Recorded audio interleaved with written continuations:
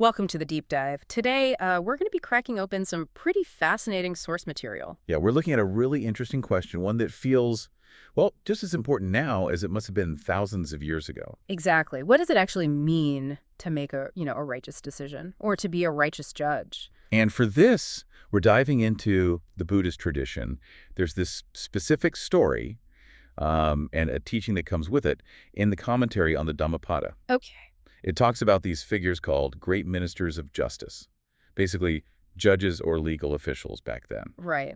And it seems to lay out what makes a judge truly fair, impartial, versus one who's, well, biased. That's the core of it.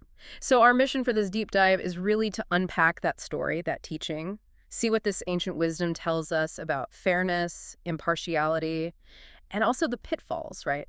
Those biases that can trip up anyone making a judgment. We want to get right to the heart of their definition of a righteous judge. What does that really look like according to these sources? Yeah, getting that foundational idea. And, it's not just for a formal courtroom setting. It applies much more broadly, I think. Okay, so let's set the scene. Where and when is this happening? We're near an ancient Indian city, Savatthi, and specifically near the Jetavana Monastery. This was a really key place, somewhere the Buddha spent a lot of time. Got it. And the story involves? It involves some Buddhist monks and these great ministers of justice we mentioned, the judges. Okay, so what happens? How does the story kick off? Well, you got these monks, right? They're coming back from their daily alms round. They'd been out in a village collecting food. Just a normal day for them, presumably? Seems like it until, bam, the weather changes.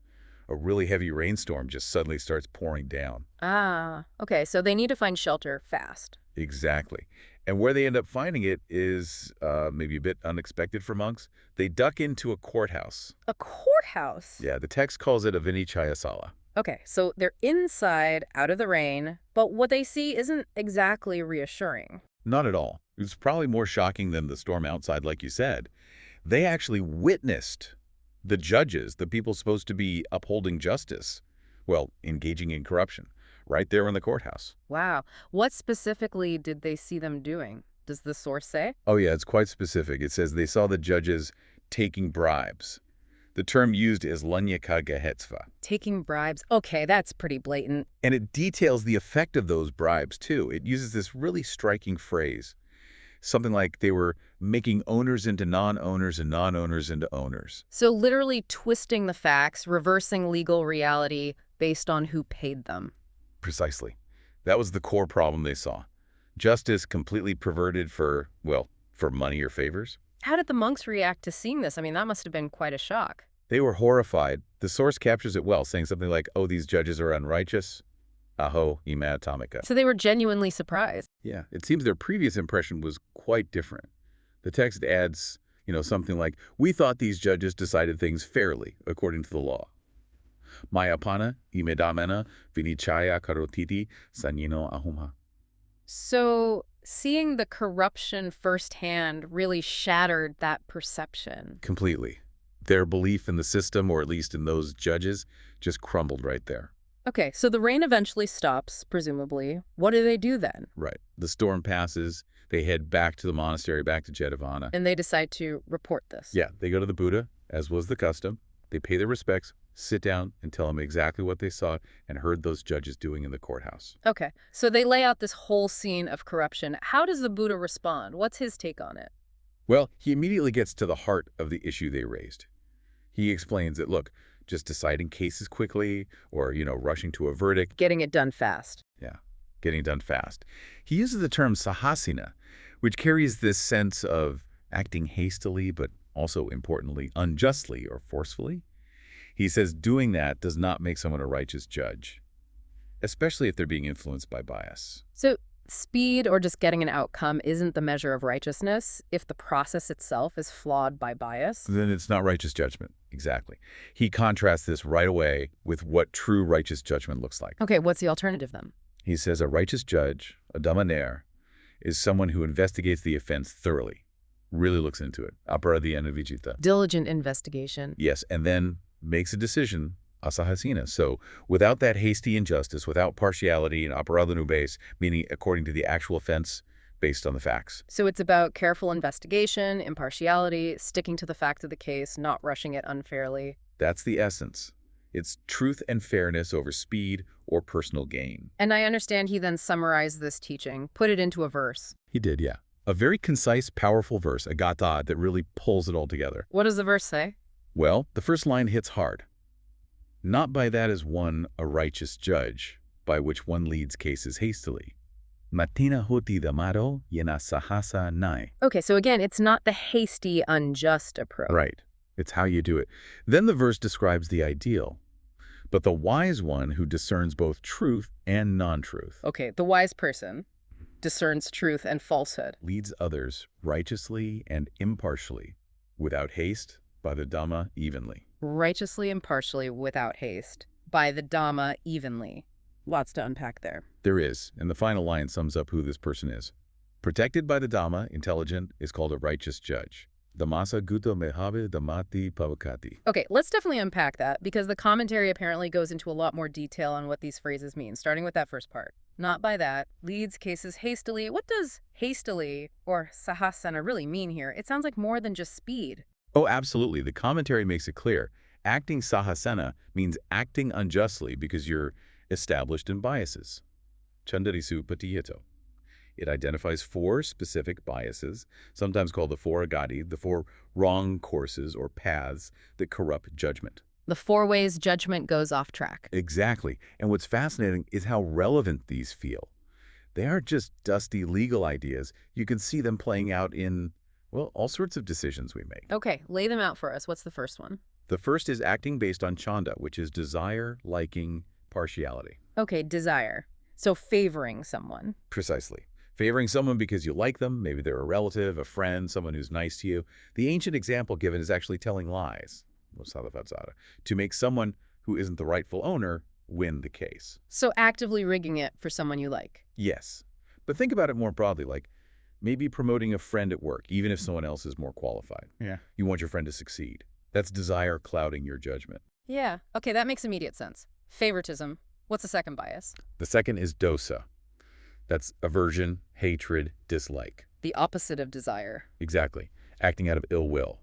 Making a decision specifically to harm someone because they're your enemy or you just don't like them or maybe you hold some prejudice. And the example? The source gives the flip side of the first one. Speaking falsely to make a rightful owner into a non-owner. Using your power to strip someone you dislike of what's rightfully theirs. So in modern terms, maybe giving an unfairly harsh review to an employee you clash with. Or dismissing a good idea in a meeting just because that person suggested it. Aversion blocks your ability to be fair or objective. Okay, so desire for friends, aversion for enemies. What's number 3? Number 3 is moha. This is delusion, confusion, ignorance. Delusion. How does that play out in judgment? Well, it can involve just a fundamental misunderstanding of the situation, maybe willful ignorance, often clouded by self-interest. The classic example the text gives here is, again, taking bribes. Vinicchaya. So bribery falls under delusion here. Seems like it, perhaps because it involves deluding yourself or others about the basis of the decision. The text also describes a judge acting distracted, kind of looking around, itosito ka ulakento, while lying to declare a winner and loser. So not paying attention, being confused, or being actively misled maybe by money. Right. It's judgment that's fundamentally clouded, not based on reality. Think about making a bad decision because you believed some misinformation or just weren't paying enough attention to the details, maybe because there was some hidden benefit in not seeing clearly. That's a subtle one. Okay, desire, aversion, delusion. What's the fourth? The fourth is bhaya, fear. Fear. How does fear corrupt judgment?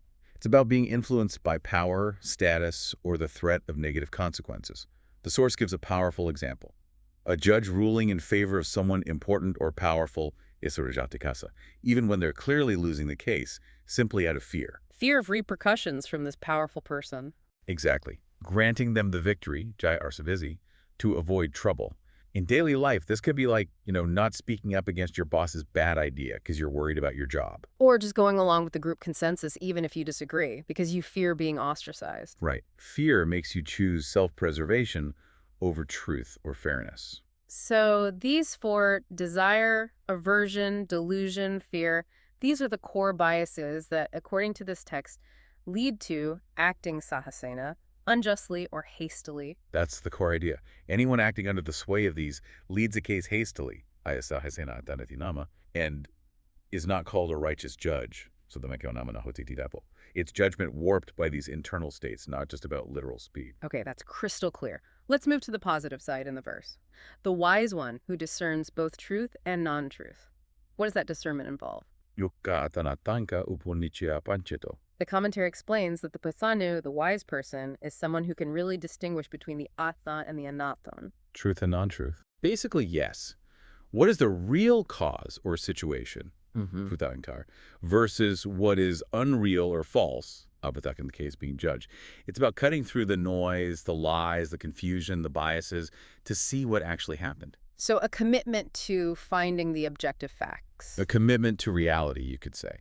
And then the next part describes how they act on that discernment. Without haste, by the Dhamma, evenly. Asahasena dhamena samena. Let's break that down. Okay, so asahasena, without haste, here, means without that injustice or falsity. Amasavadana, acting honestly based on the truth you've discerned. Fair and honest application. Then dhamana, by the Dhamma. This means, according to the principle or law of judgment, Vinicchaya, not by personal bias, nachanadevasena.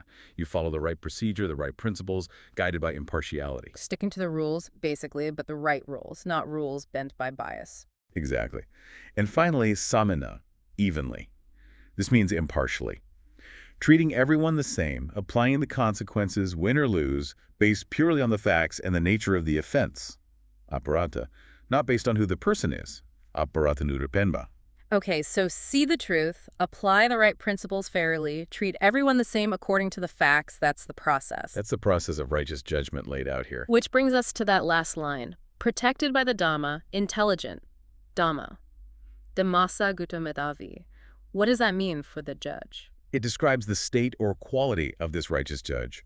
They are Dhammagudo, Dhammarakito guarded, protected by their very adherence to these principles of Dhamma, of truth, and impartiality. Their integrity protects them? In a sense, yes. And they are Mandavi, intelligent, possessing the wisdom or panya needed to both see the truth clearly and apply the principles correctly. They stand firm in this Dhamma of judgment. That's why they're called Dhammaho, a righteous judge. It's fascinating how practical this all feels. I mean, yes, it's framed around judges in a court, but these principles, they seem so much broader. Oh, completely. That's what makes this teaching so powerful, I think. It gives us a lens to look at any situation where we need to make a fair call.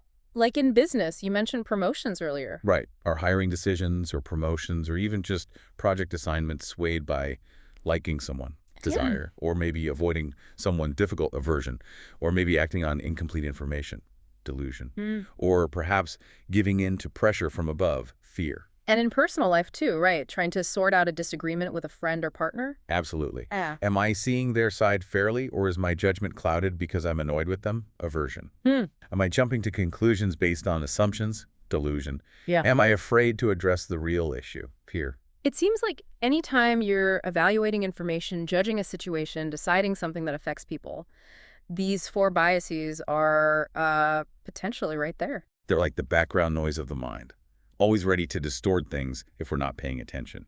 Desire, aversion, delusion, fear, they're constantly pulling at us. So the real aha moment here, maybe, is that being righteous in your judgment isn't just about, lucking into the right answer sometimes. No, it's about the process, the integrity of how you arrive at the decision. Are you genuinely trying to find the truth? Are you aware of your own potential biases? And are you disciplined enough to apply fair principles evenly without letting those biases take over? Exactly. It shifts the focus from just the outcome to the kind of internal work required for fair-mindedness. Which is something anyone can practice, right? Not just judges. Definitely. In big decisions and small ones. Okay, so let's try and bring this deep dive together. What's the essential takeaway from this Dhammapada Commentary story and teaching? I think it gives us a really profound, a clear definition of what constitutes a righteous judge, or maybe we could say righteous judgment. It's not just about having authority. It's about the qualities of the judgment. Right. It's someone who actively investigates to find the truth, who is deeply aware of those four key corrupting influences: desire, aversion, delusion, and fear, and consciously works to avoid them. And who then applies principles of fairness and impartiality diligently, based on the facts, without that unjust haste driven by bias. Yeah, it's a standard rooted in internal integrity, wisdom, and a real commitment to truth over personal preference or pressure. It really challenges the simple idea that a judge is just someone who makes rulings. It's about the how and the why, the quality of their mind and their process. The discernment, the intention, the method. Which leaves us, and you listening, with maybe a provocative thought to chew on. Yeah. Given how pervasive these four biases seem to be, desire, aversion, delusion, fear, how aware are you really of how they might be shaping your judgments day to day? That's a searching question. Whether it's how you react to news online or a decision you make at work or even how you handle a conflict at home. What would it actually look like to consciously try and apply these principles? To really try and discern the truth from the falsehood, impartially. And without that inner haste, that pull of bias, what difference would that make? Definitely something worth reflecting on. A practice, maybe, for any part of life. Indeed. Join us next time for another deep dive.